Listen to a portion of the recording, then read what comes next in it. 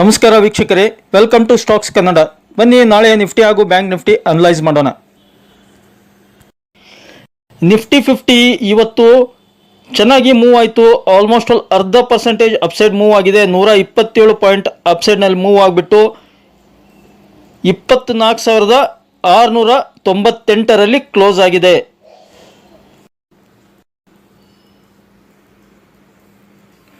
ನೋಡಿ ಸ್ನೇಹಿತರೆ, every day is not a option bias day.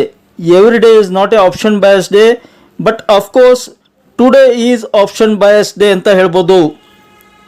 ನೋಡಿ, ಇಲ್ಲಿ ಒಂದು ದಿನ ಫಾಲ್ ಆಯಿತು, ಒಂದು ಟ್ರೆಂಡಿಂಗ್ ಇತ್ತು, ಅಂದರೆ ಒನ್ ವೇ ಮೂಮೆಂಟಮ್ ಇತ್ತು. ಇಲ್ಲಿ ಪುಟ್ ಯಾರ್ಯಾರು ಬೈ ಮಾಡಿರ್ತಾರೆ ಪ್ರಾಫಿಟ್ ಆಗಿತ್ತು. Okay, next day consultation range ಬೌಂಡ್ನಲ್ಲಿತ್ತು. ನೆಕ್ಸ್ಟ್ ಡೇ ಇಲ್ಲಿ ಯಾರ್ಯಾರು ಟ್ರೇಡ್ ಮಾಡಿರ್ತಾರೆ ಆಪ್ಷನ್ ಬೈಯಿಂಗು ಲಾಸ್ ಆಗಿರುತ್ತೆ. ತಾಳ್ಮೆಯಿಂದ ಇದ್ದರೆ ಪ್ರಾಫಿಟ್ನಲ್ಲಿ ಇರ್ತಾರೆ. ಮತ್ತೆ ನೆಕ್ಸ್ಟ್ ಡೇ ಅಪಾರ್ಚುನಿಟಿ ಕೊಡ್ತು. ನೋಡಿ, ಒನ್ ವೇ ಟ್ರೆಂಡಿಂಗ್, ಇಲ್ಲಿ ಯಾರ್ಯಾರು ಕಾಲ್ ಬೈ ಮಾಡುತ್ತಾರೆ ಅವ್ರಿಗೆ ಪ್ರಾಫಿಟ್ ಆಗಿರುತ್ತೆ. Again next day side way market range bound ಇತ್ತು. ಇಲ್ಲಿ ಕೂಡ ಇಲ್ಲಿ ಮಾಡಿದರೆ ಆಪ್ಷನ್ ಬೈಯಿಂಗ್ ಮಾಡಿದರೆ ಲಾಸ್ ಆಗುತ್ತೆ. ಅಗೇನ್ ಇವತ್ತು ಮೂಮೆಂಟಮ್ ಡೇ ಫಾರ್ ಆಪ್ಷನ್ ಬಯಸ್. ನೋಡಿ, ಫಸ್ಟ್ ಹಾಫ್ನಲ್ಲೇ ಕೊಟ್ಟಿದೆ. ಕಾಲ್ ಬಯಸ್ಗೆ ಒಳ್ಳೆ ಇನ್ಕಮ್ ಅಂತ ಹೇಳ್ಬೋದು. ಈ ಥರ ಪ್ರತಿದಿನ ಆಪ್ಷನ್ ಬಯಸ್ ದಿನ ಇರಲ್ಲ. We have to wait. ನೋಡಿ, ನಿನ್ನೆ ಯಾರ್ಯಾರು ತಾಳ್ಮೆಯಿಂದ ಇಲ್ಲಿ ಟ್ರೇಡ್ ಮಾಡದೇ ಇರ್ತಾರೆ ಅವ್ರಿಗೆ ಸ್ಟಾರ್ಟಿಂಗ್ನಲ್ಲಿ ಅವಕಾಶ ಕೊಟ್ಟಿದೆ ಮಾರ್ಕೆಟ್. ಸಪೋಸ್ ಮೊನ್ನೆ ಯಾರ್ಯಾರು ಟ್ರೇಡ್ ಮಾಡಿದ್ರು ಅವರು ನಿನ್ನೆ ತಾಳ್ಮೆಯಿಂದಿದ್ದರೆ ಅವರ ಪ್ರಾಫಿಟ್ಟು ಉಳಿದಿರುತ್ತೆ. ಅದನ್ನು ಇವತ್ತು ಡಿಪ್ಲಾಯ್ ಮಾಡಿ ಮತ್ತೆ ಜಾಸ್ತಿ ಇನ್ಕಮ್ ಮಾಡ್ಕೋಬೋದು. ಈ ಥರ ಒಂದು ನಾವು ಪ್ಲ್ಯಾನ್ ಮಾಡಬೇಕಾಗುತ್ತೆ ಸಿಸ್ಟಮೆಟಿಕ್ ಆಗಿ. ಅವಸರ ಮಾಡ್ದೇನೆ ತಾಳ್ಮೆಯಿಂದ ಪ್ಲ್ಯಾನ್ ಮಾಡಿದರೆ ಆಪ್ಷನ್ ಬಾಯರ್ಸು ದುಡ್ಡು ಮಾಡ್ಬೋದು. ಇಲ್ಲಾಂದರೆ ಆಪ್ಷನ್ ಬಾಯಿಂಗ್ನಲ್ಲಿ ದುಡ್ಡು ಮಾಡೋದು ತುಂಬಾ ಕಷ್ಟ. ಅದಕ್ಕೆ ಎಲ್ಲರೂ ಹೇಳೋದು ಆಪ್ಷನ್ ಬಾಯಿಂಗ್ನಲ್ಲಿ ದುಡ್ಡು ಮಾಡಲಿಕ್ಕಾಗಲ್ಲ. ಅದಕ್ಕೆ ಏನು ಪ್ರಾಬ್ಲಮ್ ಅಂದರೆ ನಮ್ಮದು ಟ್ರೇಡಿಂಗ್ ಮೈಂಡ್ ಸೆಟ್ಟು. ಕಂಟಿನ್ಯೂಸ್ ಆಗಿ ಟ್ರೇಡ್ ಮಾಡ್ತಾನೆ ಇರಬೇಕಂತ ಏನು ಮೈಂಡ್ ಸೆಟ್ ಇರ್ತಲ್ಲ ಅದರಿಂದ ಹೊರಗಡೆ ಬರಬೇಕು. ಅಪಾರ್ಚುನಿಟಿ ಸಿಕ್ಕಾಗ ಮಾತ್ರ ಟ್ರೇಡ್ ಮಾಡಬೇಕು. ಇಲ್ಲಿ ನೋಡಿ, ಮಾರ್ಕೆಟ್ ಓಪನ್ ಆದ ತಕ್ಷಣ ಆಲ್ಮೋಸ್ಟ್ ಆಲ್ ಎಷ್ಟು 24,500 ಮೇಲ್ಗಡೆ ಆಲ್ಮೋಸ್ಟ್ 600 ಹತ್ರ ಓಪನ್ ಆಯಿತು. ಅಲ್ಲಿಂದ ಸ್ವಲ್ಪ ಪ್ರಾಫಿಟ್ ಬುಕ್ಕಿಂಗ್ ಆಗಿ ಫಾಲ್ ಆಯಿತು. 24,600 ಬಿಗ್ ಸಪೋರ್ಟ್ ಇದೆ. 24,600 ಬಿಗ್ ಸಪೋರ್ಟ್ ಹತ್ರ ಒಂದು ಬುಲ್ಲಿಶ್ ಕ್ಯಾಂಡಲ್ ಫಾರ್ಮ್ ಆಯಿತು. ನಾವು ಅಲ್ಲಿ ಕಾಲ್ ಬೈ ಮಾಡಿದರೆ ಒಂದು 600ನಲ್ಲಿ ಸ್ಟಾಪ್ ಲಾಸ್ ಇಟ್ಬಿಟ್ಟು ಕಾಲ್ ಬೈ ಮಾಡಿದರೆ ನೋಡಿ, ಕೇವಲ ಒಂದು ಗಂಟೆಯಲ್ಲಿ ಹ್ಯೂಜ್ ಮನಿ 24,730ವರೆಗೆ ರೀಚ್ ಆಗಿದೆ. 24,730, 600ರಿಂದ 730, 130 ಪಾಯಿಂಟ್. ನಮಗಷ್ಟು ಬೇಡ, 100 ಪಾಯಿಂಟ್ ಇಡೋಣ ರೌಂಡ್ ಫಿಗರು. ಅದರಲ್ಲಿ ಪ್ರೀಮಿಯಂ ಆ್ಯಡ್ ದ ಮನಿ ಅಥವಾ ಡೀಪ್ ಇನ್ ದ ಮನಿ ಅಂತ ಕನ್ಸಿಡರ್ ಮಾಡಿದರೆ ಏನಿಲ್ಲ ಅಂದರೂ ಒಂದು 25ರಿಂದ 35, 40 ಪಾಯಿಂಟು ಸಿಕ್ಕಿರೋದು. ಸೊ ಈ ಥರ ಪ್ಲ್ಯಾನ್ ಮಾಡಿ ಟ್ರೇಡ್ ಮಾಡ್ಬೇಕತ್ತೆ. ಮತ್ತೆ ಟ್ರೇಡ್ ಮಾಡಲಿಕ್ಕೆ ಹೋಗಬಾರ್ದು. ಪ್ರಾಫಿಟ್ ಆದ ನಂತರ ಮುಚ್ಚಿಟ್ಬಿಡಬೇಕು. ಯಾಕಂದರೆ ನೋಡಿ, ಸೈಡ್ ವೇ ಮಾರ್ಕೆಟ್ ಆಗಿದೆ. ಕಂಪ್ಲೀಟ್ ಸೈಡ್ ವೇ ಆಗಿದೆ. ಮತ್ತೆ ಟ್ರೇಡ್ ಮಾಡ್ತಾ ಕೂತ್ರೆ ಏನಾಗುತ್ತೆ, ಪ್ರೀಮಿಯಂ ಡಿಕೆ ಆಗ್ತವೆ, ನಮ್ಮ ಪ್ರಾಫಿಟ್ ಎಲ್ಲ ಲಾಸ್ ಆಗಿ ಕನ್ವರ್ಟ್ ಆಗುತ್ತೆ at the end of the day ಅಂತ ಹೇಳ್ಬೋದು. ಮತ್ತು ಸೆಕೆಂಡ್ ಹಾಫ್ನಲ್ಲಿ ಪರ್ಫೆಕ್ಟ್ ಒಂದು ಚಾನ್ಸ್ ಕೊಟ್ಟಿದೆ. ಏನಕ್ಕೆ ನೋಡಿ, 24,730ರಲ್ಲಿ ಹ್ಯೂಜ್ ರೆಸಿಸ್ಟೆನ್ಸು ಫೇಸ್ ಆಗಿದೆ. ನೋಡಿ, ಎಷ್ಟು ಸಲ ಪ್ರಯತ್ನ ಪಟ್ಟಿದೆ, ಹಿಟ್ ಆಗಿದೆ, ಆಗಿಲ್ಲ. ಮತ್ತೆ ಕಂಟಿನ್ಯೂ ಅಪ್ಸೈಡ್ ಮೂವ್ ಆಗಲಿಕ್ಕೆ ಟ್ರೈ ಆಯಿತು, ಆಗಲಿಲ್ಲ. ಅಲ್ಲಿಂದ ಇಲ್ಲೊಂದು ಡಬ್ಲ್ಯೂ ಪ್ಯಾಟರ್ನ್ ಕೂಡ ಫಾರ್ಮ್ ಆಗಿತ್ತು, ಆದರೂ ಕೂಡ ಅಪ್ಸೈಡ್ ಮೂವ್ ಆಗಲಿಲ್ಲ. ಒಂದು ಚಿಕ್ಕ ಬಿಯರಿಶ್ ಕ್ಯಾಂಡಲ್ ಫಾರ್ಮ್ ಆಯಿತು 5 ನಿಮಿಷದ್ದು. ನಾವು ಅವಾಗ ಇಲ್ಲಿ ಒಂದು ಪುಟ್ ಬೈ ಮಾಡಿದರೆ ಬ್ಯೂಟಿಫುಲ್ ಮನಿ ನೋಡಿ, ಒಂದು 15-20 ನಿಮಿಷದಲ್ಲಿ ಒಂದು 60 ಪಾಯಿಂಟ್ ಪ್ರಾಫಿಟ್ ಆಗಿರೋದು. ಅದನ್ನು ಪ್ರೀಮಿಯಂನಲ್ಲಿ ಕನ್ವರ್ಟ್ ಮಾಡಿದರೆ ಏನಿಲ್ಲ ಅಂದರೂ 10ರಿಂದ 15 ಪಾಯಿಂಟ್ ಸಿಗೋದು. ಇಲ್ಲ ಫ್ಯೂಚರ್ಸ್ನಲ್ಲಿ ಟ್ರೇಡ್ ಮಾಡಿದರೂ ಸಿಕ್ಕಿರೋದು. ಈ ಥರ ಪ್ಲ್ಯಾನ್ ಮಾಡಬೇಕಾಗುತ್ತೆ ಅಂತ ಹೇಳಲಿಕ್ಕೆ ಇಷ್ಟಪಡ್ತೀನಿ. ಇನ್ನು 30 ಮಿನಿಟ್ಸ್ದು ಏನು ಹೇಳುತ್ತೆ, 30 ಮಿನಿಟ್ಸ್ ಇದರಲ್ಲೇ ನೋಡ್ಬಿಡೋಣ. 30 ಮಿನಿಟ್ಸ್ ಫಂಟಾಸ್ಟಿಕ್. ನಿನ್ನೆ ಹೇಳಿದ್ದೆ ನಾನು, ಮಾರ್ಕೆಟ್ ಈಸ್ ಮೂವಿಂಗ್ ಹೈಯರ್ ಲೋಸ್ ಅಂತ. ನೋಡಿ, higher high, higher low, higher high, higher low, higher high, higher low, higher high. ಇವತ್ತು ಕೂಡ higher low. Fantastic chart pattern move ಆಗ್ತಾ ಇದೆ.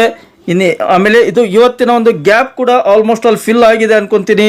24,730 ಈ ಥರ ಒಂದು ಗ್ಯಾಪ್ ಫಿಲ್ ಅಪ್ ಆಗಿದೆ. ನೆಕ್ಸ್ಟ್ ಟಾರ್ಗೆಟ್ ಬಂದ್ಬಿಟ್ಟು ಇಲ್ಲೊಂದು ಗ್ಯಾಪ್ ಇದೆ ನೋಡಿ, ಹ್ಯೂಜ್ ಗ್ಯಾಪ್. 24,870ವರೆಗೆ ಬರ್ತದೋ ಅದನ್ನು ಫಿಲ್ ಅಪ್ ಮಾಡಬೇಕು. ಡೈಲಿ ಚಾರ್ಟ್ ಇದು ನಿಫ್ಟಿದು. ಡೈಲಿ ಚಾರ್ಟು ನಿನ್ನೆನೂ ಹೇಳಿದ್ದೆ, ಇವಾಗಲೂ ಹೇಳ್ತಾ ಇದ್ದೀನಿ, ಫಂಟಾಸ್ಟಿಕ್ ಚಾರ್ಟ್ ಪ್ಯಾಟರ್ನ್ ಫಾರ್ಮ್ ಆಗ್ತಾ ಇದೆ. ಡಬ್ಲ್ಯೂ ಪ್ಯಾಟರ್ನ್ ಅಂತ ಇಲ್ಲಿವರೆಗೆ ಬಂದಿತ್ತು ನೋಡಿ, ಎಕ್ಸ್ಟೆನ್ಷನ್ ಆಗಿದೆ. ಮೋಸ್ಟ್ ಪ್ರಾಬಬ್ಲಿ ಇದು ಹೇಗೆ ಎಕ್ಸ್ಟೆನ್ಷನ್ ಆಗ್ತಾ ಹೋಗುತ್ತೆ, ಕಂಟಿನ್ಯೂಯೇಷನ್ ಆಗುತ್ತೆ ಇಲ್ಲೋ, ಹಾಲ್ಟ್ ಆಗಿ ಎಕ್ಸ್ಟೆನ್ಷನ್ ಆಗ್ಬೋದು. ನಾನು ಡ್ರಾ ಮಾಡಿರ್ತೀನಿ. ಇದ್ರದ್ದು ಒಂದು 5 ರಿಂದ 8 ದಿನಗಳ ಒಳಗೆ ಈ ಒಂದು ಟಾರ್ಗೆಟ್ ಬರುತ್ತೆ ಅಂತ ನಾನು ಹೇಳ್ಬೋದು. 5 to 8 days. Okay, most probably ಈ ವಾರ ಹೇಳಿದ್ದೀನಿ ನಾನು, FOMC ಮೀಟಿಂಗ್ ಇರೋದ್ರಿಂದ ಅಲ್ಲಿ ಫೆಡರಲ್ ಚೇರ್ಪರ್ಸನ್ ಜೆರಮ್ ಪೊವೆಲ್ ಅವರ ಒಂದು ಪ್ರೆಸ್ ಕಾನ್ಫರೆನ್ಸ್ ಇರೋದ್ರಿಂದ ಮಾರ್ಕೆಟ್ ಸೈಡ್ ವೇಸ್ ಆಗ್ಬೋದು. ಅಮೆರಿಕನ್ ಮಾರ್ಕೆಟ್ ಅಲ್ಲಿ ಸೈಡ್ ವೇಸ್ ಆದರೆ ಇಂಡಿಯನ್ ಮಾರ್ಕೆಟ್ ಕೂಡ ಸೈಡ್ ವೇ ಆಗೋ ಚಾನ್ಸಸ್ ಇರುತ್ತೆ. ಹೀಗಾಗಿ ಆಲ್ಮೋಸ್ಟ್ ಅಲ್ಲಿ ನೋಡಿ, ಇವಾಗ ಎಷ್ಟು ದಿನ ಮೂವ್ ಬಂದಿದೆ ಅಪ್ಸೈಡು, 1 ದಿನ 2 ದಿನ 3 ದಿನ ಕಂಟಿನ್ಯೂ ಮೂವ್ ಬಂದಿದೆ. ಹೀಗಾಗಿ ಒಂದು ಸ್ಲೈಟ್ ಹಾಲ್ಟ್ ತೊಗೊಂಡ್ಬಿಟ್ಟು ಅಥವಾ ಸೈಡ್ ವೇ ಆಗಿಬಿಟ್ಟು ಮತ್ತೆ ಅಪ್ಸೈಡ್ ಮೂವ್ ಆಗೋ ಚಾನ್ಸ್ ಇರುತ್ತೆ. ಅದಕ್ಕೆ ನಾನು ಹೇಳ್ತಾ ಇರೋದು, ನಾಳೆಯ ಒಂದು ಆಪ್ಷನ್ ಏನಿದೆಯಲ್ಲ ಅದನ್ನು ಬೈ ಮಾಡಬೇಡಿ, ದಯವಿಟ್ಟು ನೆಕ್ಸ್ಟ್ ವೀಕನ್ನು ಬೈ ಮಾಡಿ ಅಂತ ಹೇಳೋದು. ಅದಕ್ಕೆ ಲಾಜಿಕ್ ಏನಂದರೆ, ಈಸಿಲಿ ತೀಟಾ ಡಿಕೆ ಆಗ್ತವೆ, ಅದರಿಂದ ಪ್ರೀಮಿಯಂ ಕೂಡ ಡಿಕೆ ಆಗ್ತವೆ. ದುಡ್ಡು ಎಷ್ಟೇ ಮೂಮೆಂಟಮ್ ಬಂದರೂ ನಮಗೆ ಪ್ರೀಮಿಯಂನಲ್ಲಿ ಕಾಣಲ್ಲ ಅದು. ಹೀಗಾಗಿ ನೆಕ್ಸ್ಟ್ ವೀಕ್ದು ಪ್ರೀಮಿಯಂ ಬೈ ಮಾಡಿ ದಯವಿಟ್ಟು, ಆಪ್ಷನ್ ಟ್ರೇಡ್ ಮಾಡೋರಿದ್ರೆ. ಇಲ್ಲಿ ಗ್ಯಾಪ್ ಇತ್ತು, ಈ ಗ್ಯಾಪ್ ಆಲ್ಮೋಸ್ಟ್ ಆಲ್ ಫಿಲ್ ಆಗಿದೆ. ನೆಕ್ಸ್ಟ್ ಏನಿದ್ರು ಇಲ್ಲೊಂದು ಗ್ಯಾಪ್ ಇದೆ ನೋಡಿ, 24,870, 24,900ವರೆಗೆ ಬರುತ್ತೆ. ಅದು ದಟ್ ಈಸ್ ಇಂಪಾರ್ಟೆಂಟ್. ಅದು ನಾಳೆನೇ ಆಗುತ್ತೆ ಅಂತ ಹೇಳೋದು ಡೌಟು, ಯಾಕಂದರೆ ಕಂಟಿನ್ಯೂ ಮೂವ್ ಆಗಿದೆ ಈಗ 3 ಡೇಸು. ನಾಳೆ ಆಗುತ್ತೆ ಅನ್ನೋದು ತುಂಬಾ ಡೌಟು. ಯಾಕಂದರೆ 1 day momentum, 1 day halt, 1 day momentum, 1 day range bound, ಈ ಥರ ಒಂದು ಪ್ಲಾನ್ ಮಾಡ್ತಾ ಇದೆ ಮಾರ್ಕೆಟು. ನೋಡಿ, ಮೊನ್ನೆ ಮೂಮೆಂಟಮ್ ಆಯಿತು, ನಿನ್ನೆ ಒಂದು ಹಾಲ್ಟ್ ಆಯಿತು, ಸೈಡ್ ವೇ ಮೂಮೆಂಟಮ್ ಆಯಿತು. ಇವತ್ತು ಮೂಮೆಂಟಮ್ ಕೊಟ್ಟಿದೆ, ಮೋಸ್ಟ್ಲಿ ನಾಳೆ ಸೈಡ್ ವೇಸ್ ಇರ್ಬೋದು, ನಾಡಿದ್ದು ಮೂವ್ ಆಗ್ಬೋದು. ಈ ಥರ ಪ್ಲಾನ್ ಇರ್ಬೋದು, ಗೊತ್ತಿಲ್ಲ. ಈ ಚಾರ್ಟ್ ನೋಡಿದರೆ ಚಾರ್ಟ್ ಮಾತ್ರ ಫಂಟಾಸ್ಟಿಕ್ ಇದೆ ಫಾರ್ ಡೈಲಿ ಚಾರ್ಟ್ನಲ್ಲಿ. ಬಟ್ ನಾಳೆನೇ ಮೂವ್ ಆಗುತ್ತೆ ಅಂತ ಹೇಳಿಕ್ಕಾಗಲ್ಲ. ಇಟ್ ಟೇಕ್ಸ್ ಇನ್ನೊಂದು 3 ರಿಂದ 5 ದಿನದಲ್ಲಿ 25,000 ರೀಚ್ ಆಗುತ್ತೆ ಅಂತ ಹೇಳ್ಬೋದು. ಇನ್ನು ಸಪೋರ್ಟ್ ರೆಸಿಸ್ಟೆನ್ಸ್ ನಾಳೆಗೆ ನೋಡೋದಾದರೆ ನಾವು, ಫಸ್ಟ್ ಸಪೋರ್ಟ್, ಮೇಜರ್ ಸಪೋರ್ಟ್ ಬಂದ್ಬಿಟ್ಟು 24,600 is a very big support. ಯಾಕಂದರೆ ಇವತ್ತು ಅಲ್ಲಿಂದನೇ ಮಾರ್ಕೆಟು ರಿವರ್ಸ್ ಆಗಿದೆ, ಅಂದರೆ ಅಲ್ಲಿ ಸ್ಟ್ರಾಂಗ್ ಸಪೋರ್ಟ್ ತೊಗೊಂಡ್ಬಿಟ್ಟು ಬಿಗ್ ಮೂವ್ ಕೊಟ್ಟಿದೆ. ಹೀಗಾಗಿ 24,600ನಲ್ಲಿ ಸಾಕಷ್ಟು ಒಂದು ಪುಟ್ ರೈಟರ್ಸ್ ಇರ್ತಾರೆ ಅಂತ ಅಂದ್ಕೊಂಡಿದ್ದೀನಿ. ಅದನ್ನು ಬಿಟ್ಟರೆ 24,500, 24,400 is a very big support, ಗೋಡೆ ಇದ್ದಂಗಿದು. ಈ ಥರ ಸಪೋರ್ಟ್ ಇದೆ. ಅಪ್ ಸೈಡ್ ನೋಡಿ 24,700 ದಾಟಿದ ನಂತರ ಮತ್ತೆ it will try to move towards 24,800 ಅಂತ ಹೇಳ್ಬೋದು. 800ವರೆಗೆ ಹೋಗ್ಲಿಕ್ಕೆ ಪ್ರಯತ್ನ ಮಾಡುತ್ತೆ. 24,800 ಅದನ್ನು ದಾಟ್ತಂದ್ರೆ 24,870, 890, 900ವರೆಗೆ ಬರೋ ಚಾನ್ಸ್ ಇರುತ್ತೆ. ಸೊ ಇವೆರಡು ಅಪ್ಸೈಡ್ ಟಾರ್ಗೆಟ್ ಅಂತ ಇಟ್ಕೋಬಹುದು. ವೀಕ್ಲಿ ಚಾರ್ಟ್ ನೋಡೋಣ. ವೀಕ್ಲಿ ಚಾರ್ಟು ನಿಫ್ಟಿದು ಫಂಟಾಸ್ಟಿಕ್ ಮೂವ್ ಆಗ್ತಾ ಇದೆ ನೋಡಿ. ನಾನು ಸ್ಟೆಪ್ಸ್ ಹೇಳಿದ್ದೆ, ಅದೇ ಸ್ಟೆಪ್ಸ್ ಥರನ ಕಾಣ್ತಾ ಇದೆ ಅನ್ಕೊಂತೀನಿ. ಡೈಲಿ ನೋಡೋರಿಗೆ ಗೊತ್ತಿರುತ್ತೆ ನೋಡಿ. ಇಲ್ಲೊಂದು ಸ್ಟೆಪ್ಪು, ಇಲ್ಲೊಂದು ಸ್ಟೆಪ್ಪು, ಇಲ್ಲೊಂದು ಸ್ಟೆಪ್ಪು, 3 ಸ್ಟೆಪ್ ಫಾರ್ಮ್ ಆಯಿತು. ಫಂಟಾಸ್ಟಿಕ್. ಆಮೇಲೆ ಇಲ್ಲಿ ಗ್ಯಾಪ್ ಕೂಡ ಆಲ್ಮೋಸ್ಟ್ ಆಲ್ ಫಿಲಪ್ ಆಗಲಿಕ್ಕೆ ಬಂದಿದೆ ನೋಡಿ, ಟಚ್ ಆಗಿದೆ. ಇನ್ನೇನಿದ್ರು ನೆಕ್ಸ್ಟ್ ಟಾರ್ಗೆಟ್ ಬಂದ್ಬಿಟ್ಟು ಇದೆ, ಇದ್ರದ್ದು 25,000 ಅನ್ಸುತ್ತೆ. It takes time, 3 to 5 days ಆಗ್ಬೋದು. ಈ ವಾರದಲ್ಲಿ ಆಗುತ್ತೆ ಇಲ್ಲ ಡೌಟು, ಯಾಕಂದರೆ FOMC ಮೀಟಿಂಗ್ ಇರೋದ್ರಿಂದ ಡೌಟು. ಅದರ್ವೈಸ್ ಮೂವ್ ಆಗ್ತಾ ಇತ್ತು ಅಂತ ಹೇಳ್ಬೋದು. ಸಪೋಸ್ ಅಮೇರಿಕದ್ದು NVIDIA ಕೆಲವೊಂದಿಷ್ಟು ಮೇಜರ್ ಒಂದು ಲಾರ್ಜ್ ಕ್ಯಾಪ್ ಸೆಕ್ಟರ್ನ ರಿಸಲ್ಟ್ ಕೂಡ ಅನೌನ್ಸ್ ಆಗೋದಿದೆ, ಕ್ವಾರ್ಟರ್ಲಿ ರಿಸಲ್ಟ್. ಅದರಲ್ಲಿ ಏನಾದರೂ ಸ್ಟ್ರಾಂಗ್ ಮೂಮೆಂಟಮ್ ಬಂದರೆ ಮೂವ್ ಆದರೂ ಆಗ್ಬೋದು ನಾಳೆ ನಾಡಿದ್ದು. ನಾಳೆ ಎಕ್ಸ್ಪೈರಿ ಇರೋದ್ರಿಂದ ಬ್ಯಾಂಕ್ ನಿಫ್ಟಿದು ಡೌಟು. ನಿಫ್ಟಿ ಮೂವ್ ಆಗುತ್ತೆ, ಬ್ಯಾಂಕ್ ನಿಫ್ಟಿ ಆಗದೆ ಇರ್ಬೋದು. ಆಮೇಲೆ ಯಾವ ಥರ ಪೊಸಿಷನ್ ಕ್ರಿಯೇಟ್ ಮಾಡಿರ್ತಾರೆ FIIs, ಅದು ಕೂಡ ಇಂಪಾರ್ಟೆಂಟ್ ರೋಲ್ ಪ್ಲೇ ಮಾಡುತ್ತೆ. But chart, according to the chart ಹೇಳೋದಾದರೆ, ಚಾರ್ಟ್ ಈಸ್ ಫಂಟಾಸ್ಟಿಕ್, ಪಾಸಿಟಿವ್ ನೋಟ್ನಲ್ಲಿದೆ, ಯಾವುದೇ ನೆಗೆಟಿವಿಟಿ ಇಲ್ಲ ಸದ್ಯಕ್ಕೆ ಅಂತ ಹೇಳ್ಬೋದು. ಕೆಳಗಡೆ ಫಾಲ್ ಆದರೂ ಕೂಡ ಅದು ಮೈಲ್ಡ್ ಕರೆಕ್ಷನ್ನು ಅಥವಾ ಮೈಲ್ಡ್ ಒಂದು ಸೈಡ್ ವೇ ಒಂದು ರೇಂಜ್ ಬೌಂಡ್ ಅಂತ ಕನ್ಸಿಡರ್ ಮಾಡ್ಬೋದು ಹೊರತು ಯಾವುದೇ ನೆಗೆಟಿವಿಟಿ ಅಂತೂ ಸದ್ಯಕ್ಕೆ ಮಾರ್ಕೆಟ್ನಲ್ಲಿ ಇಲ್ಲ. ಇನ್ನು ನಿಫ್ಟಿ ಬ್ಯಾಂಕ್ ನಿಫ್ಟಿದು ಏನು ಚೆನ್ನಾಗಿ ಒಳ್ಳೆ ಮೂವ್ಮೆಂಟಮ್ ಇವತ್ತು ಬ್ಯಾಂಕ್ ನಿಫ್ಟಿಯಲ್ಲಿ. ಫಂಟಾಸ್ಟಿಕ್ ಮೂವ್ಮೆಂಟು, ಆಲ್ಮೋಸ್ಟ್ ಆಲ್ 1%ಗಿಂತ ಜಾಸ್ತಿ ಮೂವ್ ಆಯಿತು. ಲಾಸ್ಟಿಗೆ 0.80%ನಲ್ಲಿ ಕ್ಲೋಸ್ ಆಗಿದೆ. 434 ಪಾಯಿಂಟ್ ಅಪ್ಸೈಡ್ನಲ್ಲಿ ಕ್ಲೋಸ್ ಆಗಿದೆ. 50,803ನಲ್ಲಿ ಕ್ಲೋಸ್ ಆಗಿದೆ. ಇದು ಬ್ಯಾಂಕ್ ನಿಫ್ಟಿದು 5 ಮಿನಿಟ್ಸ್ ಚಾರ್ಟು. ಫಂಟಾಸ್ಟಿಕ್ ನೋಡಿ. ಬಾಟಮ್ ಫಿಶಿಂಗ್ ಅಂದರೆ ಇದು ನೋಡಿ, ಎಕ್ಸಾಕ್ಟ್ಲಿ ಇಲ್ಲಿ 415ರಲ್ಲಿ ಮಾರ್ಕೆಟ್ ಓಪನ್ ಆಯಿತು. 50,400 ಸಪೋರ್ಟ್ ತೊಗೊಂಡ್ಬಿಟ್ಟು ಮೂವ್ ಆಗ್ತಾ ಆಗ್ತಾ ಆಗ್ತಾ ಕಂಟಿನ್ಯೂ ಅಪ್ಸೈಡ್ ಅಪ್ ಟ್ರೆಂಡ್ ನೋಡಿ 51,000 ರೀಚ್ ಆಯಿತು. 51,000 ರೀಚ್ ಆಯಿತು. 51,000 ರೀಚ್ ಆಯಿತು. ಮೇಜರ್ ಒಂದು ಹರ್ಡಲ್ ಇವತ್ತು ರೀಚ್ ಆಯಿತು ಅಂತ ಹೇಳ್ಬೋದು. ಬಟ್ ಇಲ್ಲಿ ಪಾಯಿಂಟ್ ಆಫ್ ವ್ಯೂ ನೋಡಿ, 50,400 ಓಕೆ ಓಪನ್ ಆಯಿತು. ಓಪನ್ ಆದಾಗ ನೋಡಿ 50,415 ಓಪನ್ ಆಯಿತು, ರಿಜೆಕ್ಷನ್ ಆಯಿತು, ಮತ್ತೆ ಮೇಲ್ಗಡೆ ಪುಷ್ ಆಗಲಿ ಟ್ರೈ ಮಾಡ್ತು, ಮತ್ತೆ ರಿಜೆಕ್ಷನ್ ಆಯಿತು. ಒಂದು 15-20 ನಿಮಿಷ ಅಲ್ಲೇ ಟೈಮ್ ಸ್ಪೆಂಡ್ ಮಾಡ್ತು. ಏನಕ್ಕೆ 50,400ರಲ್ಲಿ ಮೇಜರ್ ಸಪೋರ್ಟ್ ಇದೆ. ಸೊ ಯಾವಾಗ ಇಲ್ಲೊಂದು ಬುಲ್ಲಿಶ್ ಕ್ಯಾಂಡಲ್ ಫಾರ್ಮ್ ಆಯಿತು, ನಾವು ಒಂದು ಕಾಲ್ ಬೈ ಮಾಡಿಬಿಟ್ಟು 50,400ರಲ್ಲಿ ಸ್ಟಾಪ್ ಲಾಸ್ ಇಟ್ಬಿಟ್ಟು ಕಾಲ್ ಬೈ ಮಾಡಿದರೆ ಹ್ಯೂಜ್ ಮನಿ ನೋಡಿ, ಬಿಗ್ ಮನಿ.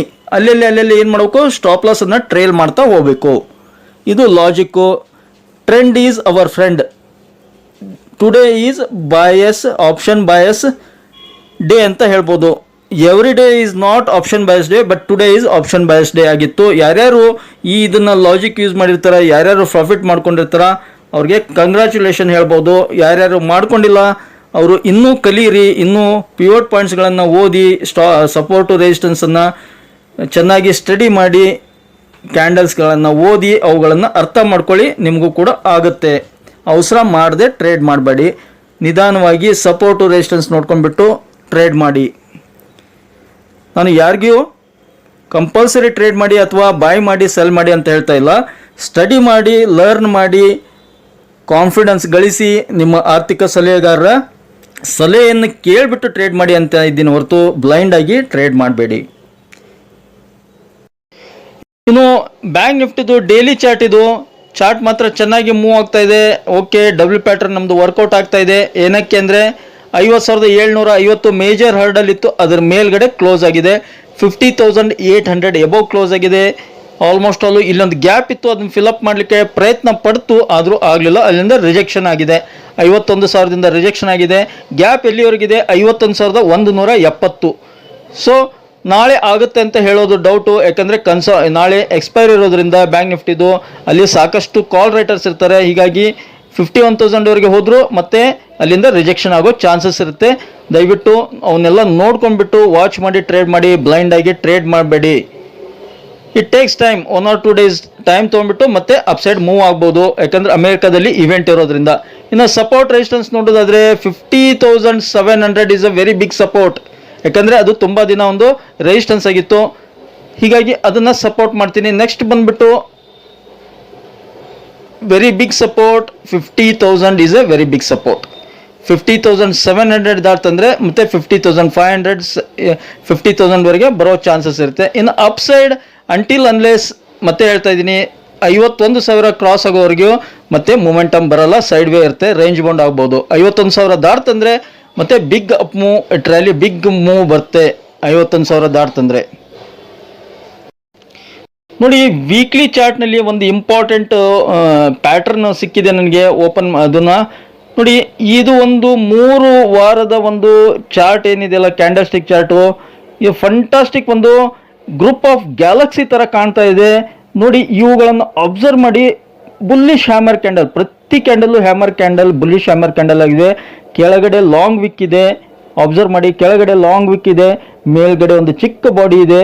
ಆ ಥರ ಇದ್ದಾಗ ಏನು ಹೇಳುತ್ತೆ ಅದು ಅಂತಂದರೆ, big upside move is pending ಅಂತ ಹೇಳುತ್ತೆ.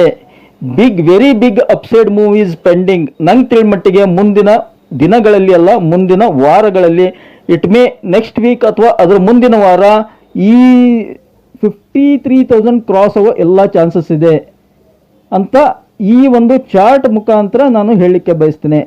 ಚಾರ್ಟ್ ಆ ಥರ ಹೇಳ್ತಾ ಇದೆ. ಮುಂದಿನ ವಾರ ಅಥವಾ ಅದರ ಮುಂದಿನ ವಾರ 53,000ವರೆಗೆ ಬರೋ ಚಾನ್ಸಸ್ ಇದೆ. ಫಂಟಾಸ್ಟಿಕ್ ಚಾರ್ಟ್ ಇದೆ. ಇದು ಒಂದು ಹಾತೊರಿತಾ ಇದೆ. ಏನಂದರೆ ಈ ಗ್ಯಾಪ್ ಇದೆಯಲ್ಲ, ಯಾವಾಗ ಫಿಲ್ ಮಾಡಲಿ ನಾನು ಅಂತ ತುದಿಗಾಲಲ್ಲಿ ನಿಂತಿದೆ ಬ್ಯಾಂಕ್ ನಿಫ್ಟಿ. ಒಂದು ಒಂದು ಪಾಸಿಟಿವ್ ನ್ಯೂಸ್ ಸಿಕ್ಕರೆ ಸಾಕು, ಇದಕ್ಕೆ ಬಿಗ್ ಅಪ್ಸೈಡ್ ಮೂವ್ ಬರುತ್ತೆ.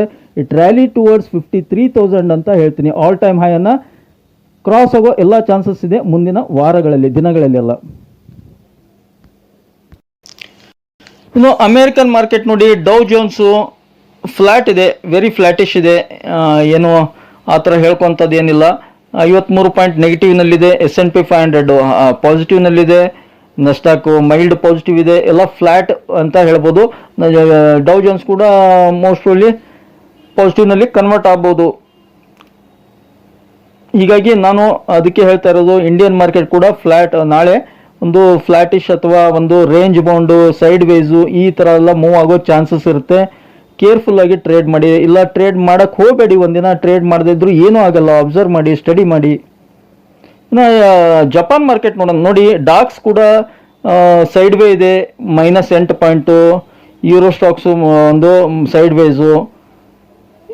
ಆಲ್ಮೋಸ್ಟ್ ಆಲ್ ಗ್ಲೋಬಲ್ ಮಾರ್ಕೆಟ್ಸ್ ಎಲ್ಲ ಸೈಡ್ ವೇಸ್ನಲ್ಲಿವೆ. ಸೌತ್ ಆಫ್ರಿಕಾದ್ದು ಒಂದು ಓಕೆ. ನಿಕ್ಕೈ ಜಪಾನ್ ನೋಡಿ 2% ಅಪ್ಸೈಡ್ನಲ್ಲಿ ಕ್ಲೋಸ್ ಆಗಿದೆ ಜಪಾನ್ ಮಾರ್ಕೆಟು. ಇಂಪಾರ್ಟೆಂಟ್, ಯಾವಾಗ ಒಂದು ರೇಟ್ ಕಟ್ ಇದನ್ನು ಮಾಡಿದ್ರು ಮಾಡಲ್ಲ ಅಂತ ಅವ್ರು ನೋಡಿ ಕಂಟಿನ್ಯೂ 34,000 ಇತ್ತು, 4,000 ಪಾಯಿಂಟ್ ಜಂಪ್ ಆಗಿದೆ ಜಪಾನ್ನಲ್ಲಿ. ಇದನ್ನೇನಾದರೂ ಫಾಲೋ ಮಾಡ್ತವ ನೋಡಬೇಕು. ಅಮೆರಿಕ ಮಾರ್ಕೆಟ್, ನಮ್ಮ ಮಾರ್ಕೆಟು, ಲೆಟ್ಸ್ ಸಿ. ನೋಡಿ, ಗೋಲ್ಡ್ ಆ್ಯಂಡ್ ಸಿಲ್ವರ್ ಎರಡೂ ಸಿಕ್ಕಾಪಟ್ಟೆ ಮೂವ್ ಆಗಿವೆ ಅಮೆರಿಕದಲ್ಲಿ. ಇವಾಗ ಪ್ರೆಸೆಂಟ್ ಲೈವ್ ಇದು ನಡೀತಾ ಇದೆ.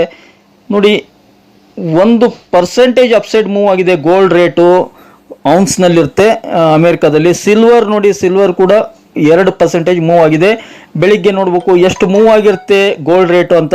ಅಲ್ಲಿ ಅಪ್ಸೈಡ್ ಮೂವ್ ಆದರೆ ನ್ಯಾಚುರಲಿ ಇಂಡಿಯಾದಲ್ಲಿ ಕೂಡ ಅಪ್ಸೈಡ್ ಮೂವ್ ಆಗುತ್ತೆ ಗೋಲ್ಡ್ ರೇಟು. ಇವತ್ತು 71,500 600 ಇತ್ತು. ಮೋಸ್ಟ್ಲಿ ನಾಳೆ 72,000 ಕ್ರಾಸ್ ಆದರೂ ಆಗ್ಬೋದು. ಹಾಗೆ ಅದಕ್ಕೆ ಕೇಳ್ತಾ ಇದ್ದೀನಿ ಅಂದರೆ, ಗೋಲ್ಡ್ ರೇಟ್ ಜಾಸ್ತಿ ಆದರೆ ಬೆನಿಫಿಟ್ ಆಗ್ತಕ್ಕಂಥ ಸ್ಟಾಕ್ ಯಾವುದು? ಮಣಪ್ಪುರಂ ಮತ್ತು ಮುತ್ತೂಟ್. ಅದನ್ನು ಗಮನ ಇಟ್ಕೊಳ್ಳಿ. ಇನ್ನು FIDI ಡೇಟಾ ನೋಡೋದಾದ್ರೆ, FIs ಮತ್ತೆ 1,490 ಕೋಟಿ ಸೆಲ್ ಮಾಡಿದ್ದಾರೆ. ಇವತ್ತು ಕೂಡ ಸೆಲ್ ಮಾಡಿದ್ದಾರೆ. ಇನ್ನು DIs ಅವ್ರು ನ್ಯಾಚುರಲಿ ಬೈ ಮಾಡಿರ್ತಾರೆ. DIs ನ್ಯಾಚುರಲಿ ಬೈ ಮಾಡಿರ್ತಾರೆ. ಎಷ್ಟು ಬೈ ಮಾಡಿದ್ದಾರೆ ನೋಡಿ, 2,250 ಕೋಟಿ ಬೈ ಮಾಡಿದ್ದಾರೆ. ಸೊ ಅವ್ರ ಅಗೇನ್ಸ್ಟು ಕಂಟಿನ್ಯೂಸ್ ಆಗಿ DIs ಬೈ ಮಾಡ್ತಾನೆ ಇದ್ದಾರೆ. ಇವ್ರು ಯಾರು DIs ಅಂತ ಹಿಡನ್ ಆಗಿದೆ, ಮಾರ್ಕೆಟ್ ಪುಷ್ ಮಾಡಲಿಕ್ಕೆ ಇವರು ಬೈ ಮಾಡ್ತಾ ಇದ್ದಾರೆ. STX ನಿಫ್ಟಿ ಅಥವಾ ಗಿಫ್ಟ್ ನಿಫ್ಟಿ ಕೇವಲ 8.5 point flat, very flat opening ಆಗ್ಬೋದು ನಾಳೆ. ಹೀಗಾಗಿ ನಾಳೆ ಕೂಡ ಮಾರ್ಕೆಟು ಫ್ಲ್ಯಾಟ್ ಓಪನಿಂಗ್ ಆಗೋ ಚಾನ್ಸ್ ಇದೆ. ಇವತ್ತು ಗ್ಯಾಪ್ ಅಪ್ ಆಗಿತ್ತು, ಸೈಡ್ ಅನಂತರ ಸೈಡ್ ವೇ ಆಯಿತು, ಓಕೆ. ನಾಳೆ ಮತ್ತೆ ಇವತ್ತು ಪಾಯಿಂಟ್ ಸಿಕ್ಕಿತ್ತು ಅಪ್ಸೈಡ್ ಮೂವ್, ನಾಳೆ ಮತ್ತೆ ಸೈಡ್ ವೇ, ನಾಡಿದ್ದು ಮತ್ತೆ ಅಪ್ಸೈಡ್, ಈ ಥರ ಆಗೋ ಚಾನ್ಸ್ ಇರುತ್ತೆ, ಗೊತ್ತಿಲ್ಲ. ನಾಳೆ ಫ್ಲ್ಯಾಟ್ ಓಪನಿಂಗ್ ಆಗ್ಬೋದು, ಮತ್ತೆ ಸೈಡ್ ವೇ ಆಗೋ ಚಾನ್ಸಸ್ ಇರುತ್ತೆ. ದಯವಿಟ್ಟು ಯಾವುದಕ್ಕೂ ನಮ್ಮ ಆಪ್ಷನ್ ಬಯಸ್ ಯಾರಾದರೂ ಟ್ರೇಡ್ ಮಾಡೋರಿದ್ರೆ ದಯವಿಟ್ಟು ನಾಳೆ ಟ್ರೇಡ್ ಮಾಡಲಿಕ್ಕೆ ಹೋಗಬೇಡಿ. ಮಾಡಬೇಕನ್ಸಿದ್ರೆ ಸ್ಟಾಪ್ ಲಾಸನ್ನು ಹಾಕಿ ಹಾಗೂ ನಿಮ್ಮ ಆರ್ಥಿಕ ಸಲಹೆಗಾರ ಸಲಹೆ ಕೇಳಿಬಿಟ್ಟು ಮುಂದುವರಿಯಿರಿ. ಐ ಹೋಪ್ ಈ ಒಂದು ಮಾಹಿತಿ ನಿಮ್ಗೆ ಇಷ್ಟ ಆಗಿದೆ ಅಂದ್ಕೊಂಡಿದ್ದೀನಿ. ಇಷ್ಟ ಆಗಿದ್ರೆ ಮತ್ತೇನೆ ಆಗ್ತಡ, ಬೇಗ ಚಾನಲ್ಗೆ ಸಬ್ಸ್ಕ್ರೈಬ್ ಮಾಡಿ. ಹಾಗೆ ಕಮೆಂಟ್ ಬಾಕ್ಸ್ನಲ್ಲಿ ಕಮೆಂಟನ್ನು ಡ್ರಾಪ್ ಮಾಡ್ತಾ don't forget to it the like button. Thank you friends, thank you all.